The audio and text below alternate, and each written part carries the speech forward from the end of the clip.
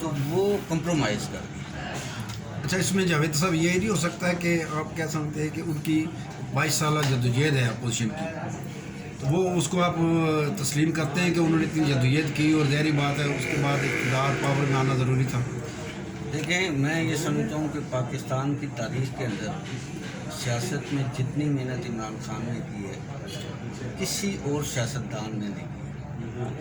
اور یہ بھی ان میں ایک بہت بڑی خوبی ہے کہ جیسے آپ نے دیکھا لاہور کے بڑے بڑے جلسوں میں جو ان کے جذبات اور احساسات تھے، شروع میں ہم نے ایسا دیکھا کہ 50 لوگ بھی اگر بیٹھے ہیں نا تو عمران خان کی یہ خوبی ہے، اس کا جذبہ یہی تھا.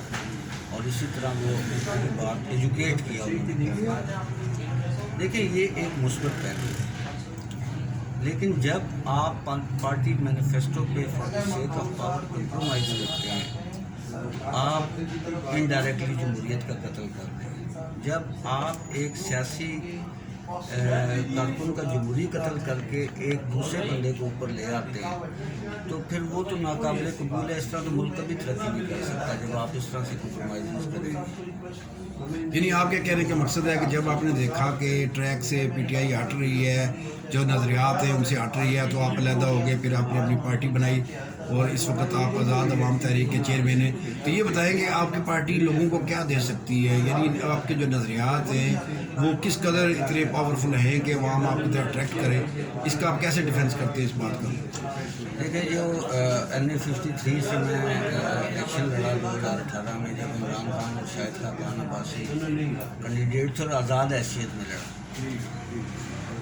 اب کئی لوگ ہنس بھی گئے تھے کہ اتنے بڑے لیڈرز کے سامنے جو پرائم منسٹر کے کینڈیڈیٹ ہیں آپ آزاد حیثیت میں لڑ رہے ہیں، اور غریب اور متوسط طبقے سے پیسہ بھی نہیں ہے. میں نے کیری ڈبے پہ الیکشن لڑا ہے، عام آدمی کے پاس گیا ہوں، گلی گلی گیا ہوں، پوچھا گیا ہوں، اپنی بات پہنچائی ہے.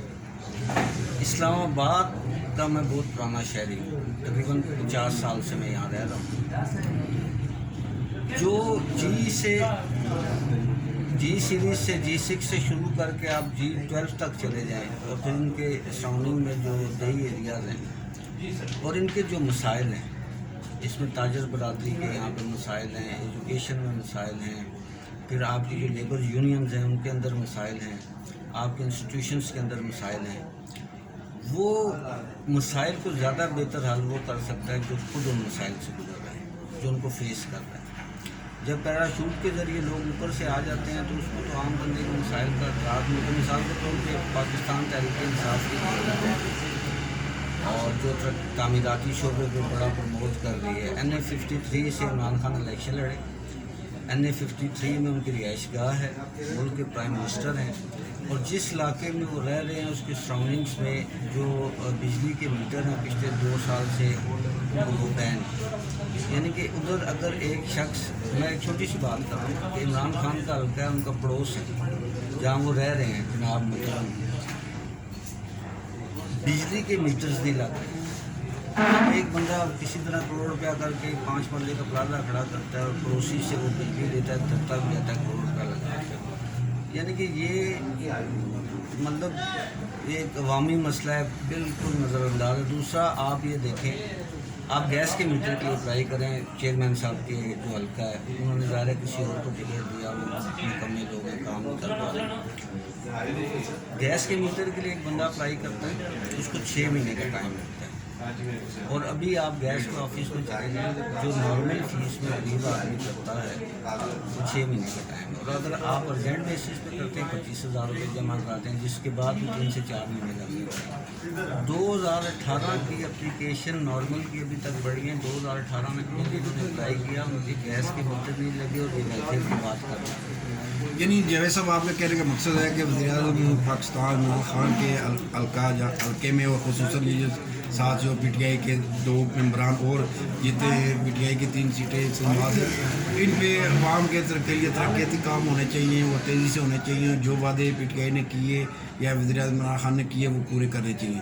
چلیے یہ تو بات آپ کی ٹھیک ہے، لیکن آپ یہ بتائیں کہ آپ کی جو سیاست ہم دیکھتے ہیں تو ہمیں ایسا محسوس ہوتا ہے جیسے آپ جالب صاحب آپ کے ٹائٹل ہیں، آپ جالب بننا چاہتے ہیں، اور دوسرا یہ ہے کہ آپ ریئیکشنری سیاست کر رہے ہیں. تو کیا آپ تھک نہیں گے یا تھک نہیں جائیں گے اس سیاست میں؟ کیا رزلٹ ہے اس سیاست کا؟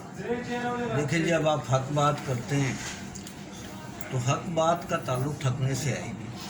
حق بات کرنے، جب آپ سیاست کے اندر حق بات کرتے ہیں اور اپنے نظریات پہ کھڑے رہتے ہیں اور اپنے خون پسینے کی کمائی سے آپ پولیٹکس کرتے ہیں تو پھر تھکنے کا تو سوال ہی پیدا نہیں ہوتا. میں نے ویسے بھی الیکشن میں وعدہ کیا تھا، حالانکہ بری طرح مسترد ہوا. میں نے عوام سے یہ وعدہ کیا تھا کہ اگر میں ہار بھی گیا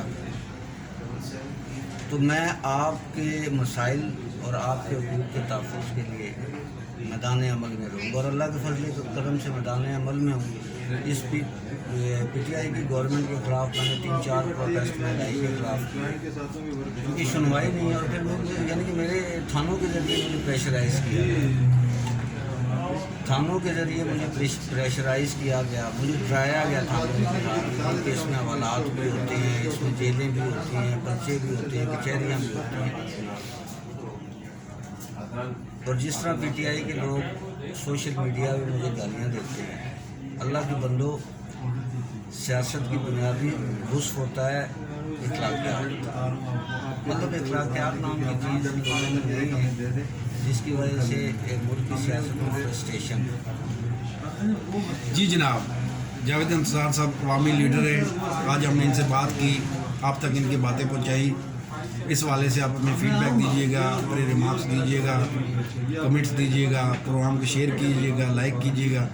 تو آپ نے دیکھا کہ جاوید انتظار چونکہ ایک عوامی آدمی ہے، تو انہوں نے ایک عوامی جگہ یعنی اسٹوڈیو کے بجائے انہوں نے کہا کہ میں کیفیٹیریا میں بیٹھ کے آپ سے بات کروں گا اور عوام کی بات کروں گا. آج انہوں نے عوام کی بات کی، اپنا حق ادا کر دیا. اس کے ساتھ ہی ہم آپ سے اجازت چاہتے ہیں آج کے پروگرام میں. اللہ حافظ.